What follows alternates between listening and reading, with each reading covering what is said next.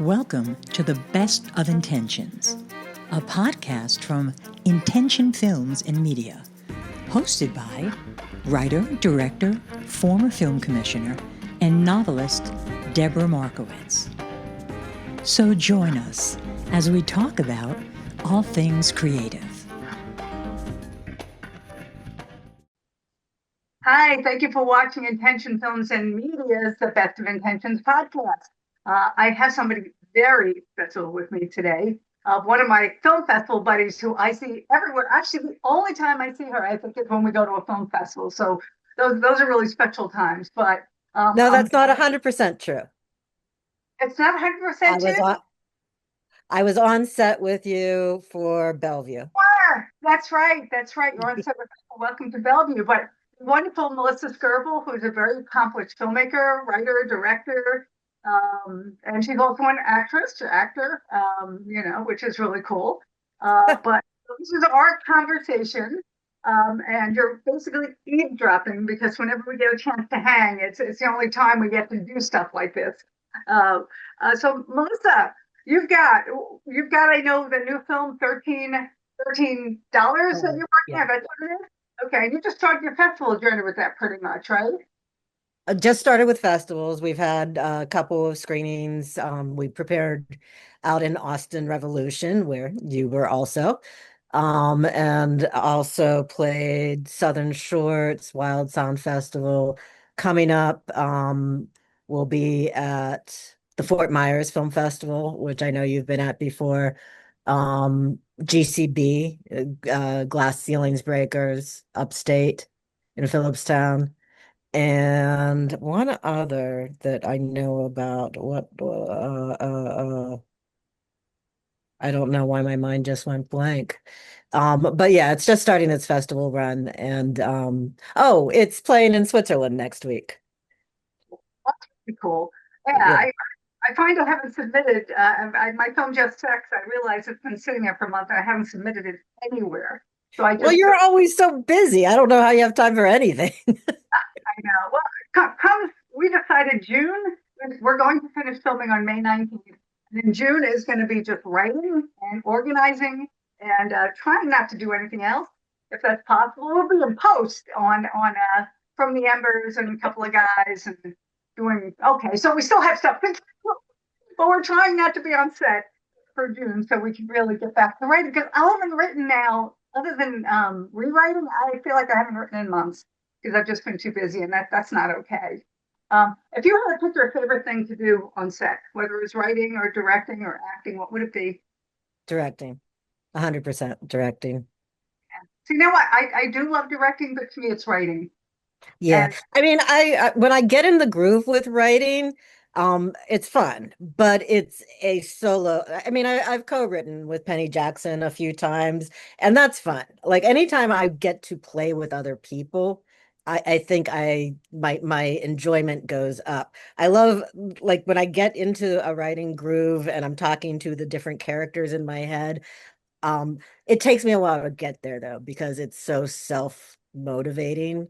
Um, I am shout out, this will make Christian very happy, to Brazen Giants Ensemble, which I'm a member of. But literally, if I didn't have some kind of group like that where I tell them I'm going to come in with new pages, I probably would never write. wow. But once I say I'm bringing in something, I get something written.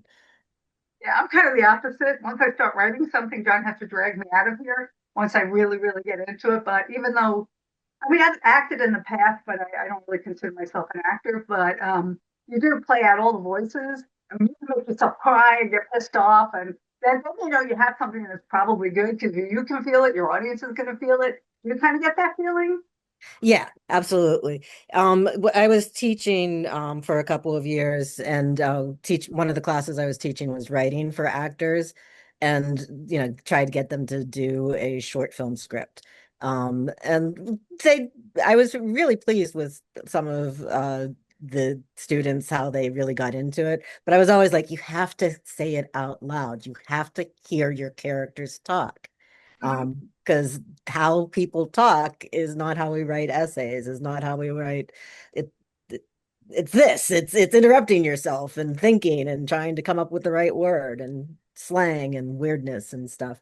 But once you start having that conversation and hearing those voices, it can be a lot of fun. No, I'm not psychotic. Well, we could be, but we're still having a lot of fun doing it. So, Yeah.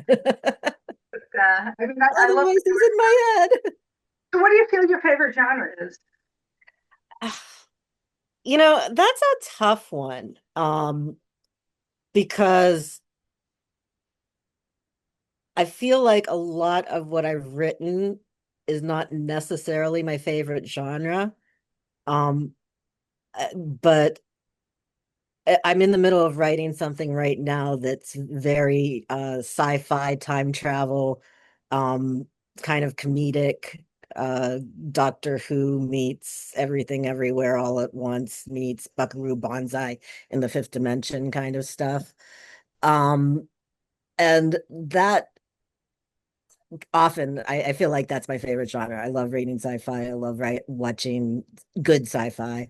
But when it comes to a lot of what I work on, it's more character based and about relationships and figuring it out. And I would say, if anything, my drama tends to be more dramedy. Like I always want to look for the comedy in things, even if it's really serious.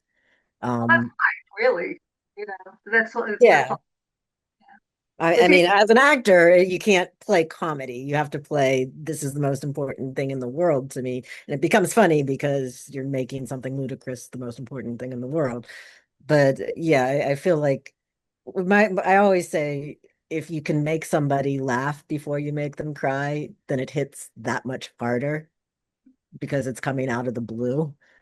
Um, I like that. I mean, I find that after I do something dark, I don't know. I mean, my genre is messy relationships, but that takes a lot of different forms, whether it's horror or whether it's drama or whether it's comedy. But it's all dramedy. I don't think there's nothing is laugh all the way through. I think it's worth it. No, nor is anything cry all the way through if there's not a moment. right. So, interviewed me and asked me something about drama and comedy in relation to each other. I said, well, the comedy and drama is when you're at a funeral and it's really sad and somebody says something so ludicrous you can't stop laughing. And it's the worst place to laugh because you're in a funeral. But whatever it is hits you that way, and it's kind But of the that's same. life, right? That's what makes it interesting. I remember working on a play that I had written years ago, and one of the actors, I don't remember if I was directing it or if I was acting in it, and talking to the director. I know I had written it. And one of the actors said something like, "Well, it's getting awfully sitcom-y, isn't it?" And I'm like, "Good, exactly. Like think about MASH and All in the Family and Maude and the sitcoms that I grew up with. Like that's how we." I became a progressive liberal thinker. Like all of this stuff was being fed to me through laughter. And then when the baby died, or abortion came up, or civil rights, or whatever, it was like, oh yeah, this is important.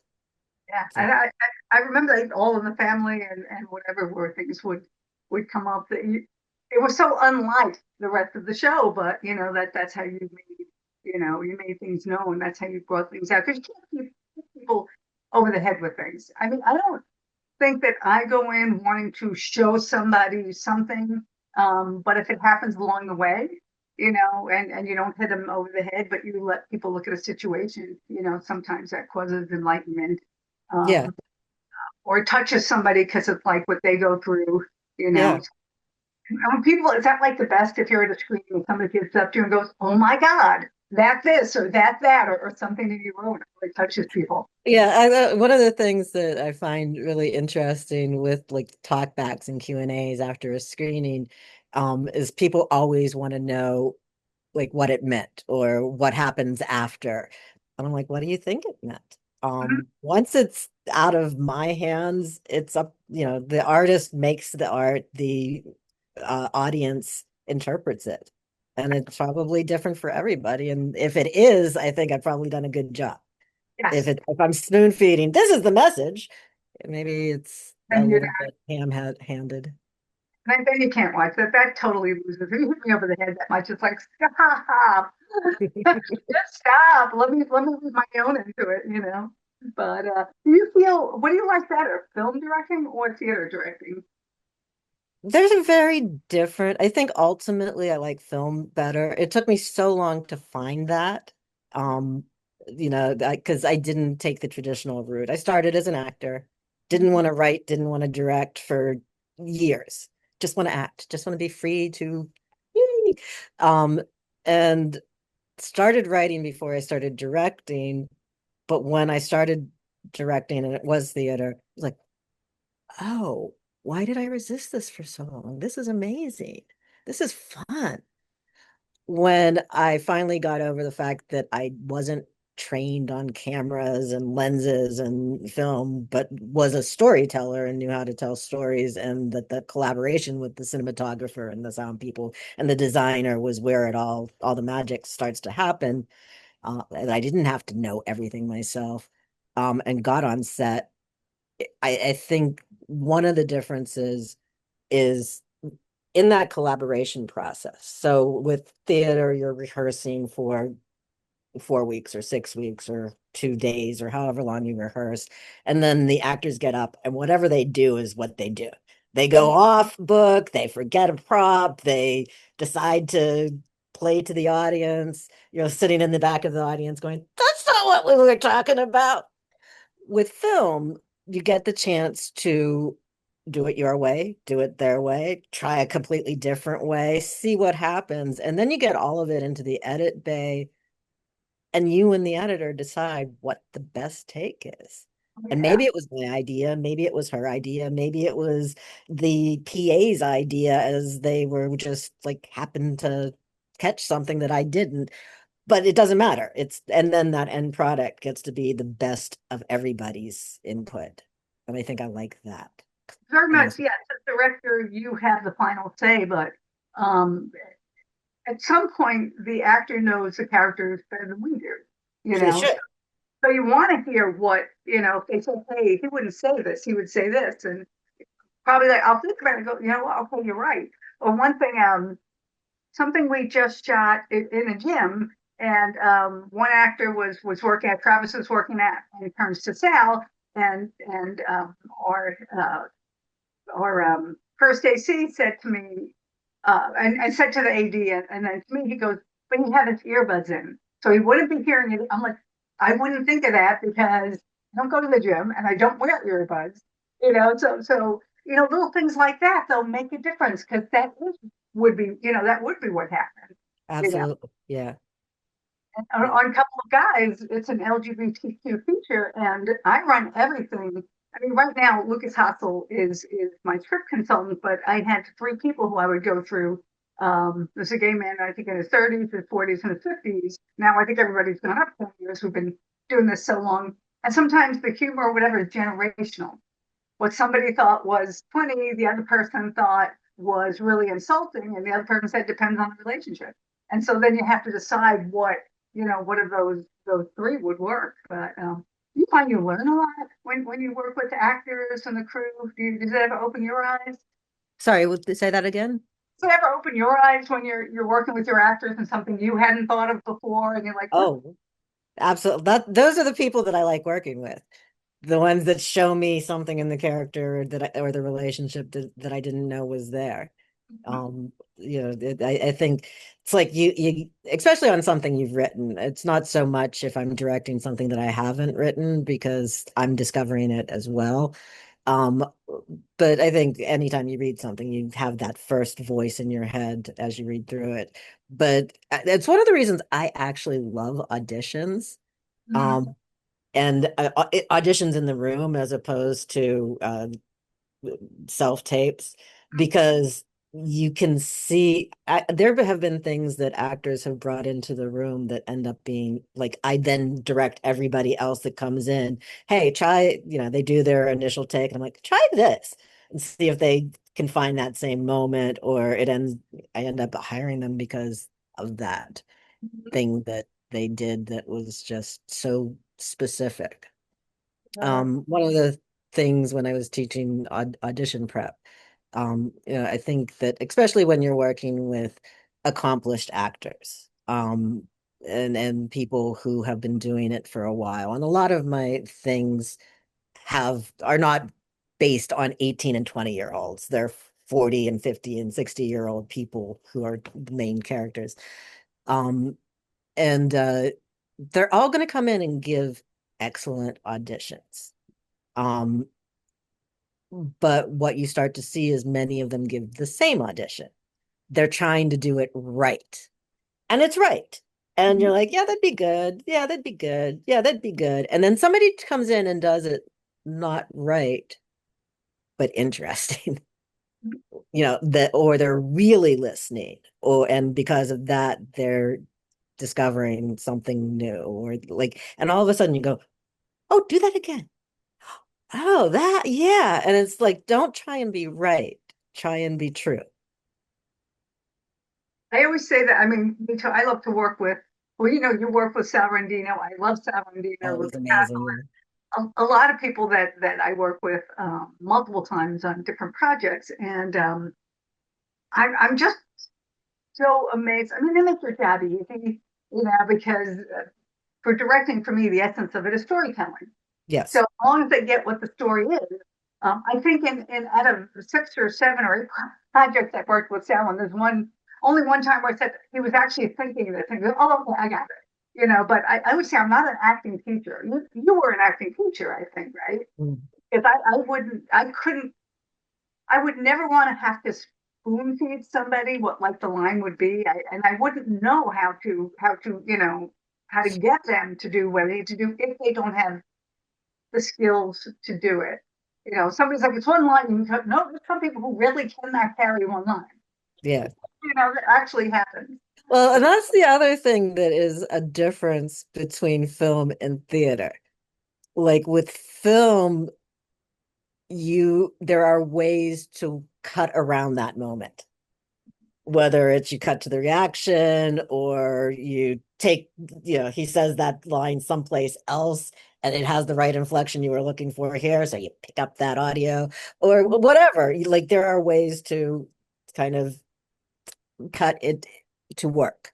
Mhm. Um, and with live theater, if they don't get the line, the audience will never get the line because there's no way to fix it in post. Which Exactly. hopefully you're not casting somebody who is, Yeah, every now and then, well, you got to fill somebody, but it's usually very small, and it can be insignificant. Um, I can't imagine how I would teach acting. I do occasionally think about taking acting lessons again, and if I had time, I would, because I did used to act, but it's just been decades, and I'll do a little piece here or there, but you get rusty, and even I think the really great actors every now and then should do something, just to keep everything warmed up, unless they work all the time. They work all the time. That's it. well, I was for years in an acting class. My acting teacher passed last year, Sandy Shuren, and she had people with her for since she started teaching in the 60s or 70s who, if they were not on Broadway, they were in her class. Oh, wow. And, if they weren't shooting, they weren't, because it's like being an athlete. You have to exercise those muscles, having like I'm in $13. I did not audition for it. I directed myself. I wasn't sure I wanted to.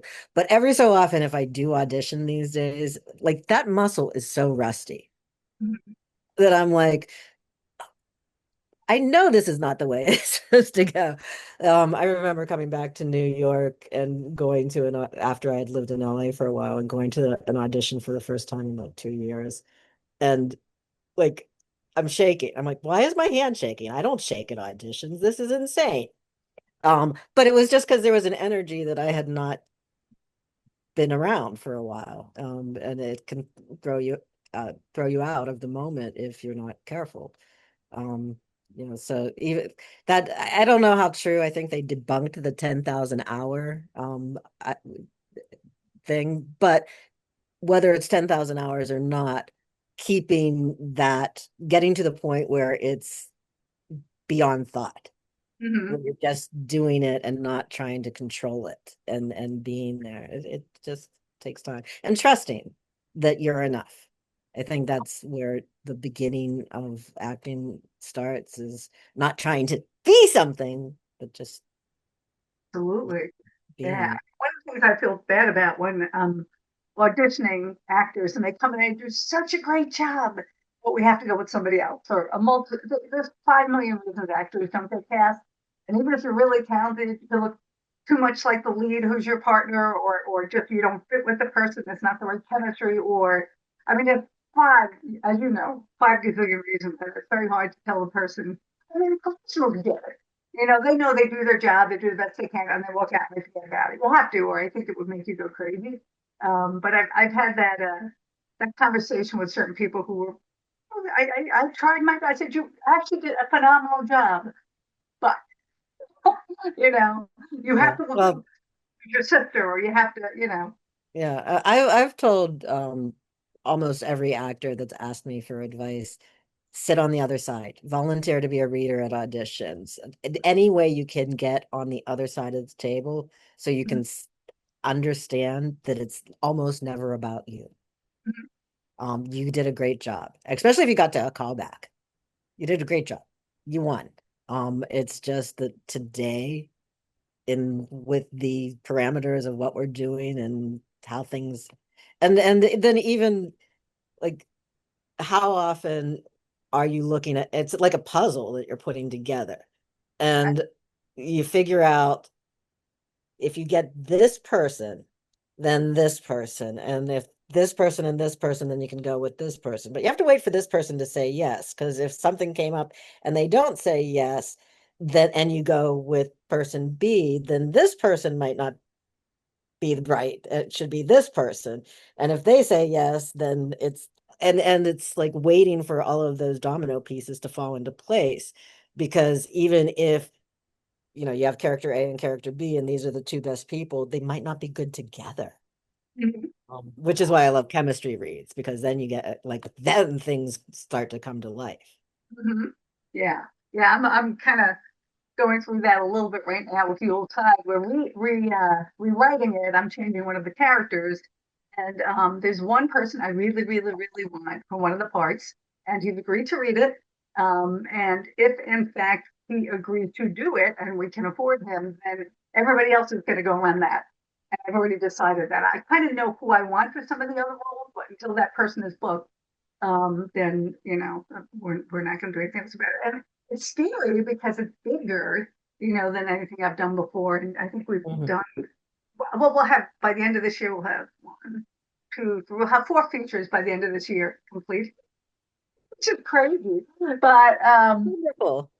this Mazel other tov. this other one is just it's a whole different monster for us. It's needing to hire a line producer and needing to have I have to have a real crew to do this one because we as an independent filmmaker you do so much yourself. Like, do you do Mhm. all of your pre-production work yourself, or do you have somebody help you when it's your film?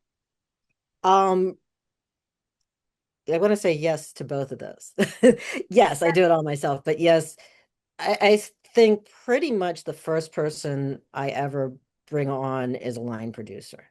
Mhm. Um, just so that uh they can deal with the trying to bargain things down and making the calls about cost and like just taking care of the details. Often I'll have crew that I want to work with that I know what their rate will be if they work with me, or I know what we can negotiate. Um, and I'll do a lot of that myself, but um, I like having that person on my team because that's the part that I don't like doing. And then whoever my DP is, and depending on the size of the, like my dinner with Schwartzy, we had a production designer and a wardrobe designer and hair, like the whole crew, because it was big. And we would, the production designer, the DP, the gaffer, me, the producer, all were going on our scouts and talking about everything. Um, when it's more a tighter crew, it's me and the DP scouting things and going over the shots. And I don't draw, so I don't do storyboards, but I do really detailed shot lists, and then I go over that so that to make sure that the DP knows and is translating my words into their pictures. So but I don't think I could do it alone. Yeah, I mean, that's unless somebody has hired me um, to direct something, except for John, I haven't worked with a line producer yet. We do it all ourselves, and it's insane. And I don't want to do Yeah, I don't, well, I guess because even with my very first film, like I didn't know, I don't know if I've ever told you this story or not, but so I took a short play, a 10-minute play that I had written, and I'm like, I think this would be a good film. And I wrote a script. Um, and I have a friend who did the music for Show and Tell Tango, a composer who I had worked, sound designer on some plays I had worked on. Asked him if I did this, if he'd want to do music for it. That was the first person I actually talked to. And he's like, yeah, that sounds like fun. I gave him the script. He's like, have you talked to Montserrat Mendez, who ended up being my producer? He was working with this same theater group before me. He had pivoted into film and television stuff. He's like, you should talk to him. So I got in touch with him. Andy sent me. Um, he read the script. We met. He's like, I love it. We should do it. I'm like, great. What do you think the budget would be? He's like, well, I'll do three budgets for you. I'll do if we do a really low budget, a medium budget, and then if we really want to go all out and a high budget. And I'm like, great. He's like, we should shoot for October. This was September. I'm like, what? I was thinking like next year. He's like, we don't want to wait a year. We can get like the end of October when the leaves are changing. That's perfect. End of October, beginning of November. I'm like, can we do it in a month and a half? He's like, absolutely. That's way. And so he kind of held my hand through pre-production. And he had contacts in the business, so he was getting in touch with the DP to show me and then showing me their work. And I'd be like, yeah, that looks good. Let's go with their price is good. They come with a camera. Let's work. And so that was my first experience. And then when I went on and did Schwartzy with Penny and Greetings from Sarajevo, and it was always like, well, let's get a line producer, see what the budget would be, how much money we need to come up with, where we can maybe come in lower. I know that at one point, I think it was Greetings from Sarajevo, but Penny, gave it to a line producer and they came up with a 3-day shoot schedule for something like $30,000. And I'm like, this is one day. And I guarantee and because it was the first thing that I had edited and I wanted to edit. I'm like, look, I'm going to edit for free because if I suck, then you'll pay somebody else because I don't know what I'm doing. It turned out okay. But and we found another line producer. We're like, this is what we're shooting for. Do you think you can pull it off? And they did. And because, so they, and yeah, using a lot of my contacts and calling in favors, but, having that person there to kind of take the ball so I could focus on the storyboard and not the storyboard, the shot list and the location and XYZ. Yeah, it's so much, but I have a few names that I have to start interviewing people. But I just can't do that till we finish at least the April shooting, and then we only have one day in May. But yeah, putting it all together, it's the area that I'm not familiar with. Work with line producers. Certainly have a ton of contacts. I know who I want the DP to be. I know who there's certain things I know. Um, it's just when you're dealing with having to bring in real investors in and not just for perks, so then everything changes. So Yeah, but I'm dealing with that right now. I mean, but again, the first person that I contacted, I had a line producer break down a budget for me so I could go and now just finished the pitch package, and now it's going to be go out. Here's the here's dollars. Here's vision. Where's money? Yeah, well, that's cool. That Yeah, the one that I need is the producer who is good at packaging that for investors. yeah, That's a yeah, different than a line producer. yeah, I know. That's the one that's hard. Yeah, we did our pitch deck for Yuletide. I'm really proud of it. It's gorgeous. We have the business plan, but I'm not 100% sold on it yet. I did have somebody do three budgets for us, like you said, the way we usually do it. The way we're trying to do ultra low budget, I know what it probably should go for, depending on how much money we raise and stuff. Um, but I'm just not feeling the figures. So I need to get somebody else. And this was, I guess, 3 years ago that we did the budget. And everything's gone up, you know. So to sort Yeah, of try so to much. Everything's gone up. and try and figure that all out. Is there a genre of movie you haven't done yet that you would like to do? I have not done horror, and I think it would be a lot of fun. If I can come up with an idea or if somebody wants to hire me. I mean, I've skirted around a little bit of that a couple of times, but not haven't really had a chance to embrace it. Um, I mean, both the one I'm working on now and 7 years after, and my play that I should reformat as a feature film script, Hell is Where the Heart Is, are all kind of sci-fi. And I would love to go beyond writing those and actually, but those are budgets that, I mean, that's part of, I think, one of the reasons that I've done mainly character-driven stories because I don't need to spend money on special effects and monsters and time travel and things like that. It's easy. It's, a couple people having moments. Um, and I think it would be amazing to do a period piece. Yeah, that'd be something. Now you're talking about major bucks, but Yeah. I mean, the ones that I haven't done are these like, oh, okay, we have to spend money. Oh, there's wardrobe. yeah, yeah. Somebody approached me to do an action short, and the only reason I really want to do it is because I haven't done it before. Yeah, Lots of people getting shot up and blood all over the place. And, it just that sounds would like be fun. fun. So I am considering doing that, but now we're deciding whether to do it as a vertical or keep it as a short film. I kind of like the idea of dabbling with verticals, even though I heard most of them really suck. Yeah. But doing one that doesn't really suck that much, and Yeah. just I don't have you watched any? I have not. I've heard about them. I have not watched them, but well, I shouldn't say. John showed me a few when we first started researching it, and I'm like, it's like soap opera on steroids kind of thing. Yeah, like and because of the formatting, it's kind of like Zoom via, you can't get any kind of background. It's not like you're looking at the mountains or a grand opera or something. It's like, here I am at the grand opera.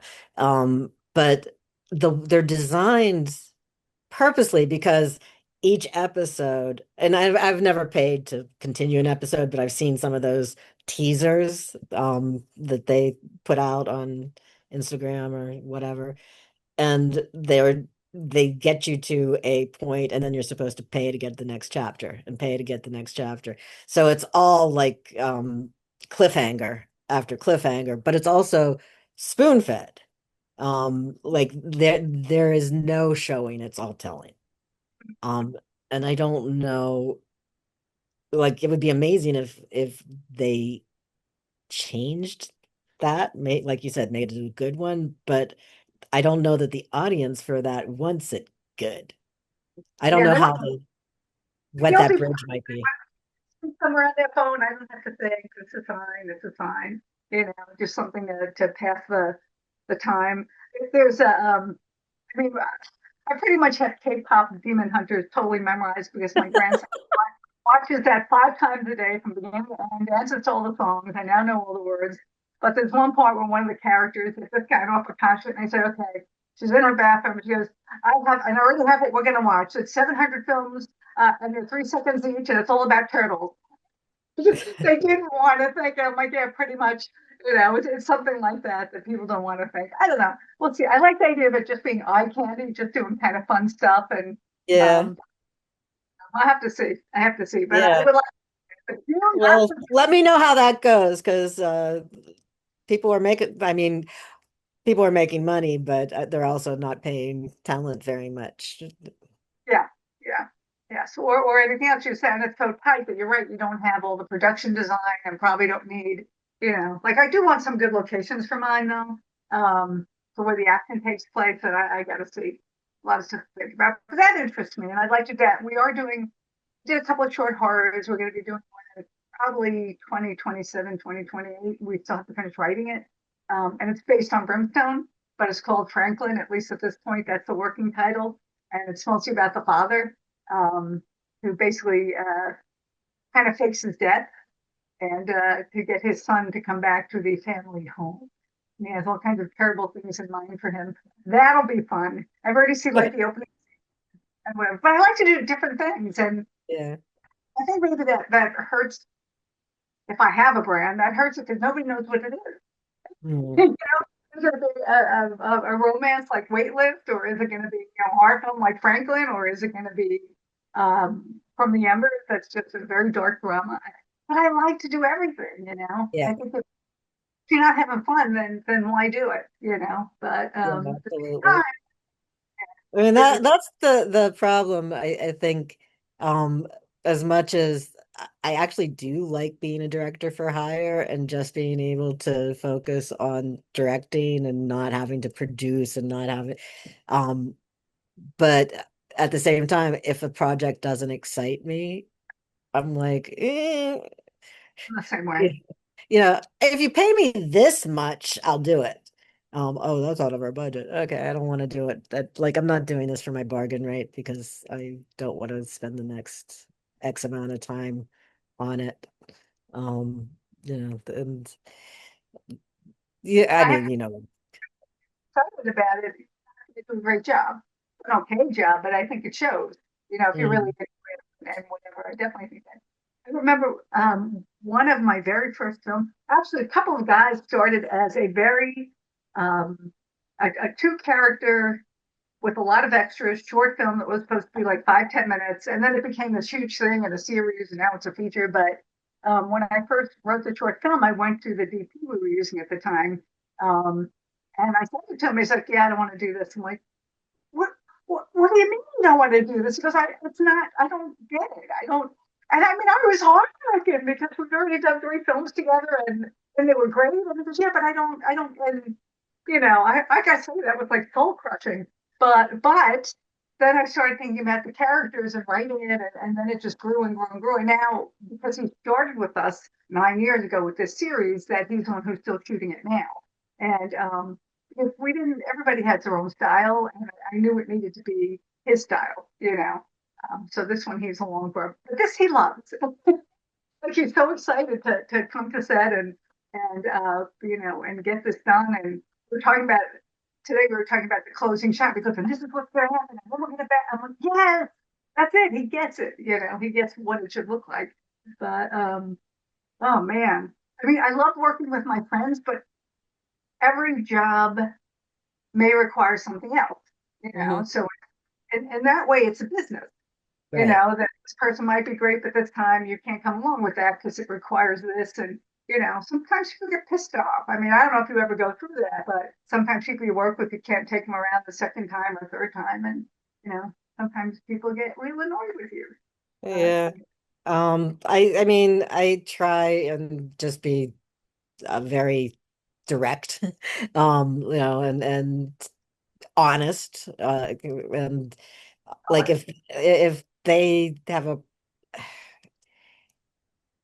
I kind of just in life in general, I guess. I'm like if I'm being honest and above board and moral and trying to be fair, you can be mad at me, but it's not about me.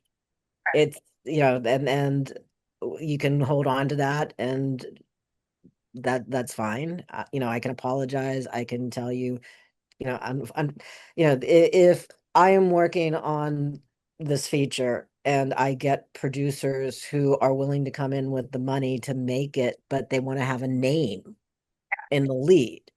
As much as I love people I've worked with before, if they can't understand that I can't make this film without it, and with it, I may have future opportunities that they can come along on that ride. But if they're going to get pissed off over it, then they're not, I don't think they're a good, I don't want to say they're not a good friend, but like they should be able to put themselves in your shoes as you put them yourself in their shoes, hopefully. I mean, in the end, it's a business, Yeah. and you have to do what's right for the project. I absolutely believe I'm always honest, and there's a way to be kindly honest if that's the thing, if people are looking for feedback or whatnot. But in the end, you have to do what's right for the project. Because Mhm. then you have a project that sucks or it doesn't, you don't do it justice. I mean, I knew from the Embers, I knew who the leads were, and we were going to try and keep it micro budget. Start as a short for Waitlist, a lovish story. We were going to do it. We did a micro budget, 1 day film, and then I'm like, well, I need to think we still do it really cheaply and maybe keep within the confines of that. But then I just kind of woke up at like 3 in the morning one day. I'm like, if I don't even try to get names, I'm not doing this justice. Even if it's just TV names. Mhm. I don't want to say just because there's nothing wrong with that, but and I had to go that way, and then I it kind of got much bigger and whatever, but I knew it would be better for the project. It Mhm. just it's a balancing act. You want to do what you want to do, but a lot of it is intuition. Do you find that you just feel something? Yeah. Yeah, absolutely. Um, yeah, it either feels right or it doesn't. Um, yeah, I mean, I think that's the other thing, like when you are with theater as well, if you're producing plays, if you're producing films, um, like you can create this comfortable camaraderie on set or in the rehearsal room. And it's like, yeah, our friend group is going to, it's like Scorsese and DiCaprio or De Niro. It's like, oh, we're gonna do these projects together. But when it's coming out of your pocket and you want to recoup your money, you still have to do, like you said, it's a business. If you're actors and you're right, like if everybody wants to come in and co-produce and work on getting investors and be part of that together, great. This is our project, and we'll make this project move forward together. But if they're just like, "Oh, you didn't hire me," Oh my God, yeah, like, I've had that. yeah, that's a Not lately. That's hard. That's I mean, it is and it's not, but you're right. Most people will get that it's just not, this is just isn't the one for them, and then hopefully you get back together. My Mhm. feeling was, hopefully one day you make it big enough that I have the money, to bring everybody back in and whatever, for the Yeah. right price. Or you're But working on a big project that has lots of roles. absolutely, absolutely. And then we're not always hired either. Yeah. So I try to say that too. Well, okay, we work together, but you didn't hire me for that, so why is that okay? And whatever. But we're in a good spot right now. We're in a good Yeah. spot right now. Well, Although not to listen to the nonsense, yeah. And you've got a great, I mean, between you and John, you have this symbiotic partnership, and then you have all of the people that are part of your uh your ensemble or whatever you want to call it that makes it work for you well. Yeah. Oh, absolutely. Yeah, no, I love the team we have right now, but now some of them are getting full-time jobs. It's like, oh, I know that I can't give them enough work to keep them full-time all year round, so I understand it. But I mean, we started our career years before we retired, so that by the time we left our 9 to 5, we were already making movies and we were already kind of established with the stuff we do. Hmm. 'Cause I mean, I've heard the theory. The motivational speakers will go, burn the bridge. You want to do it, just burn all the. And I'm like, I don't really want to live in my car. Hmm. I want to know that money's coming in. I mean, what do you feel? Do you feel that artists should just do nothing else? I don't know. I've never been able to do that. I would love to be able to do that. And I'm at that crossroads again. I had been teaching. I have not been since December. I've been looking for a day job. I'd like to find a day job that combines what I do with, getting paid a normal amount of money. Um, and I'm not that far from retirement. So I'd like to have a decent income until I can stop working at a day job. Um, and it's like I have been self-employed in the past in various ways. Um, having the experience teaching, being a life coach, audition coaching, and it's like I could go back to being self-employed, but that takes up so much time and so much and but it gives me freedom because I'm making my own schedule. If I got a 9 to 5, which isn't 9 to 5 anymore, it's 9 to 6 or something ridiculous. Um, then that limits what I can do creatively to weekends and days off, but it maximizes the amount of money I have for Social Security if it still exists. And it's like which direction do I let myself get pulled in? The security, which would make the stress go away and maybe allow me to be more productive, or the grind, or like cross my fingers and hope that I just get hired to make another film and it's enough to get me X amount of ways until the next film and the next film. And that feels like a huge gamble. It's so rough. I mean, I'm so freaking lucky. I realize how lucky I am, because I did a job that I mostly loved for 33 years. I'd say if you took those 33 years and you took out 4 years of that 4 years would be times I absolutely hated it. But the rest of the time, I very much liked it. It always had to do with politics. People always knew thought they knew how to do your job better when they had absolutely no clue. Um, you but so I had this job for 33 years. I very rarely ever took time off until I had my kids, and then okay, I'd have time for this, time for that.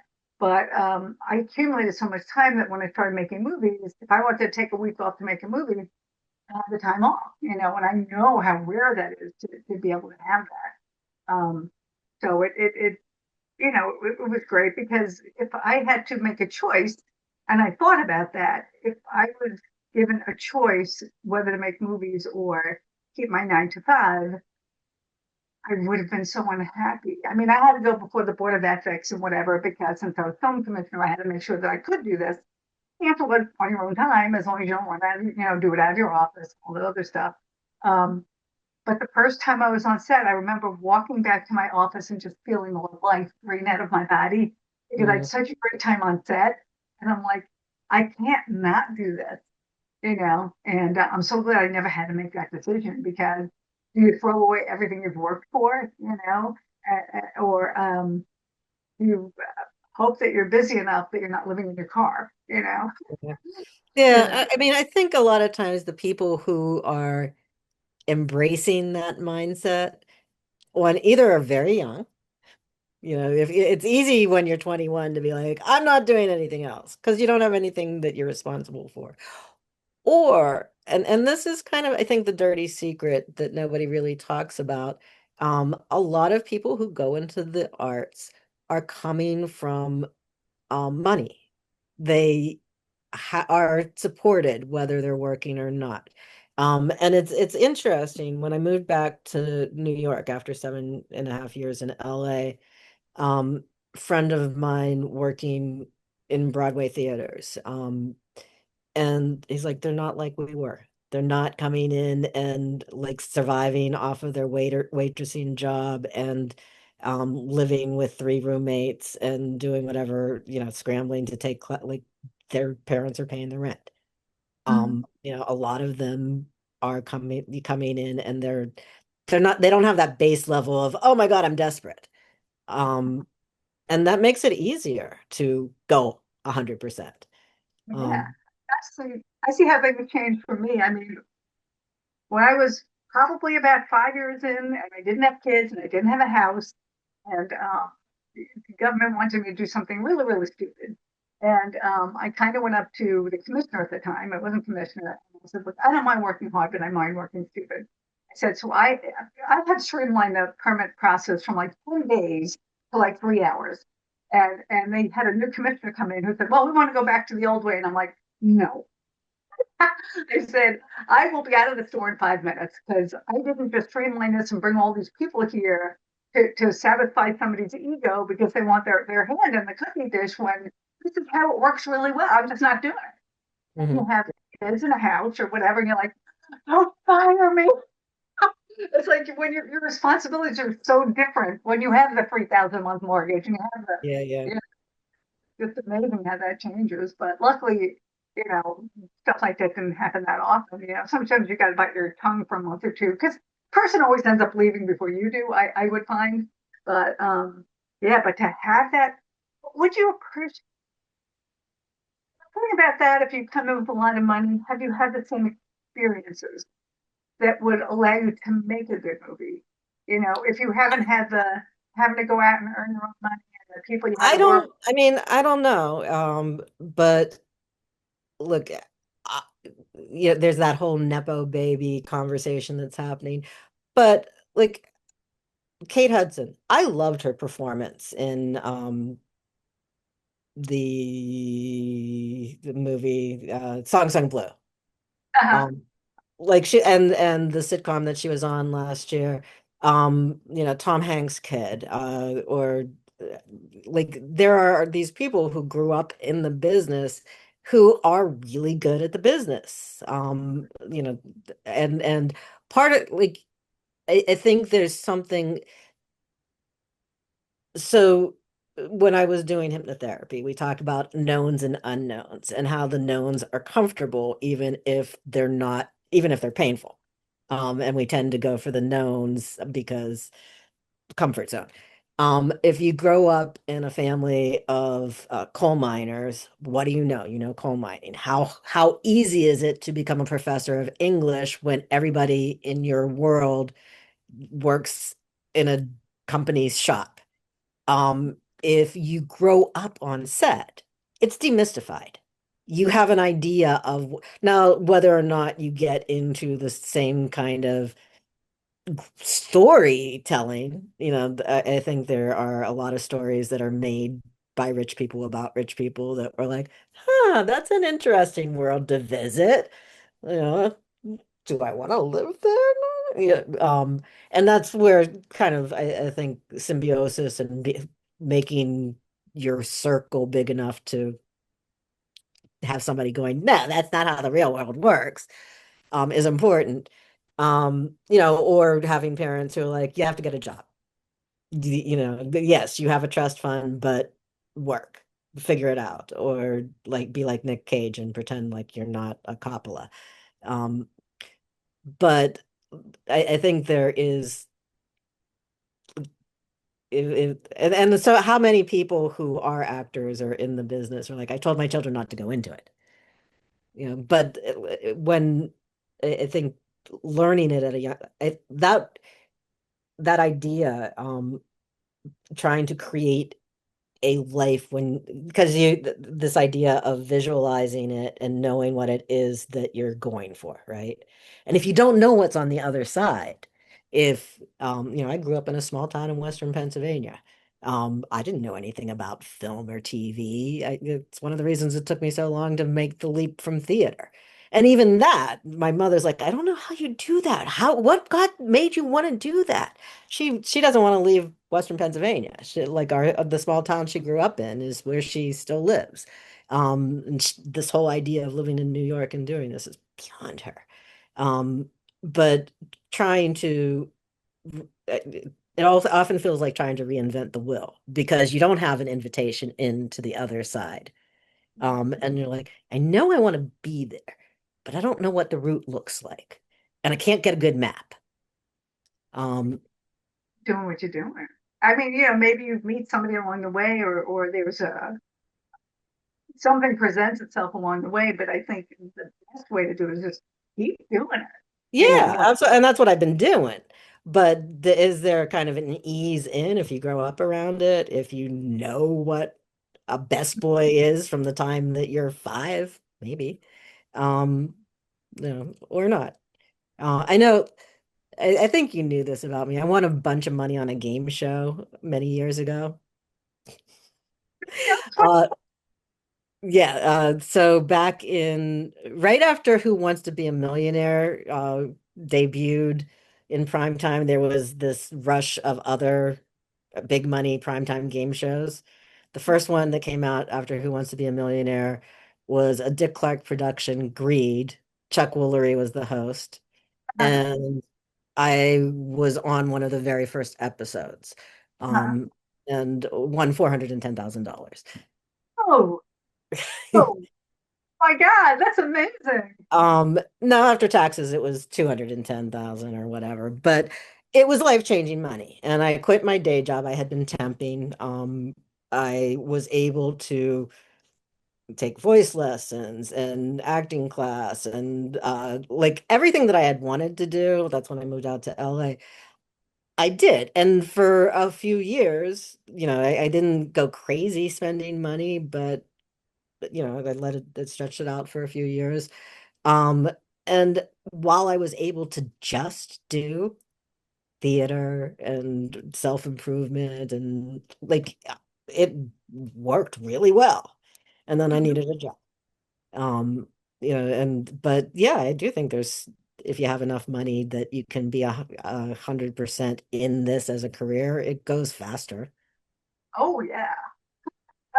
Oh yeah. I mean, we were able, well, we did a lot of work. We were both still working too, but not the amount we're able to do after. And then it's trying to find that balance of how much is too much.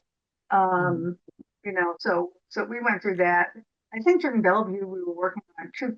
Besides that, working on two features, Yeah. directed with shorts. John was acting in a couple of things, and it was just pretty much taking something you love, and after 14 months, going, "Oh my God, I don't want to do that again for this." This was just too much, it's sort of like I compare it to childbirth because you forget about how much goes into it and how much pre-production makes you crazy, how much post makes you crazy. It does. Yeah. They both make me crazy, but it's got to be done, to get to the fun part, Mhm. which is that. Yeah, that would be a nice thing, So we have other revenue streams coming in, which allows us to do what we do, besides people that hire us and whatnot. But yeah, it's freaking hard. It's freaking hard to get to do what you want all the time. Yeah. People don't understand that. If they're not in the business, it's very hard to understand that. Yeah. People go, well, how do I want to make a movie. How do I do it? And I'm like, okay, you have a few hours. It's if somebody has a great idea, it's like, I really don't want to know your great idea because I have lots and lots of great ideas and, go write it. Yeah, well, I'm not a writer. That's okay. Go write it anyway. Just write anything because it can always be fixed if you have the idea down, but I don't want to know your ideas. I don't want to hear, that something I did somewhere is similar to something you did and then I have to hear about it. I haven't had that happen, but I'm always concerned about that. But because I know something that I've written that I've never done anything with. I'm watching TV and I'm like, oh, that's almost exactly what I wrote. I know they didn't get it from me because nobody's seen it. Mhm. And John's like, yeah, but yours is timestamped, so you have it if anybody says anything.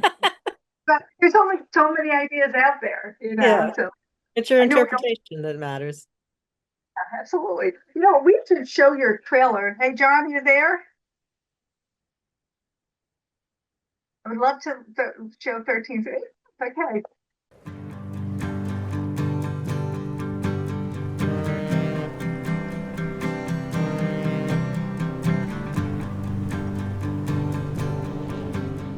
Oh, I was telling you about that day. Oh, yes. I was so pissed at my boss, Bernie, that day. Oh my God, I'm always pissed at my boss. And there is a line, like 100 people long. Like every single person in the building decides that they need coffee and donuts at exactly 8:28 a.m. And I'm running back to the office and I hear something, but I don't really pay attention to it because I'm looking at the change in my hand and it's only $3 and it's supposed to be $13. I gave her a 20, which means she was supposed to give me 13.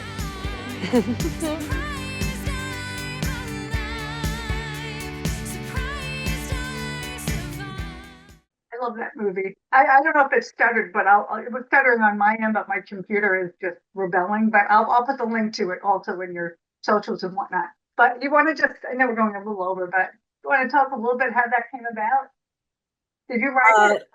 no, No. Penny wrote it. Well, Penny originated it. It was a monologue that Penny Jackson had written. And during lockdown in 2020, I was playing with it as a monologue, and I took my phone and went out to the waterfront and was taping myself. But the noise was like I didn't have a boom or a lav or anything, and the sound just never looked good. But I had this idea of doing a lockdown film myself, all by myself, using her monologue.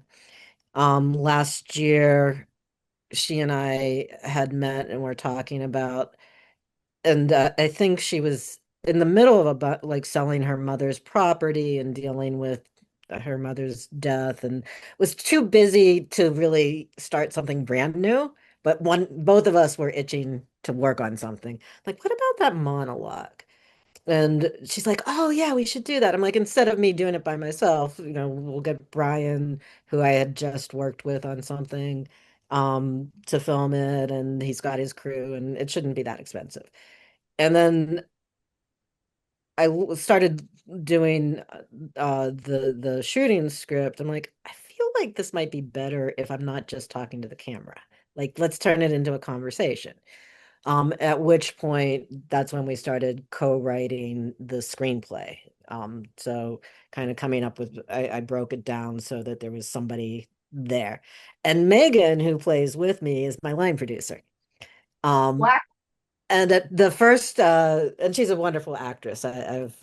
She was part of Brazen Giants ensemble, which is where I met her. I've seen her act many times. She's lovely.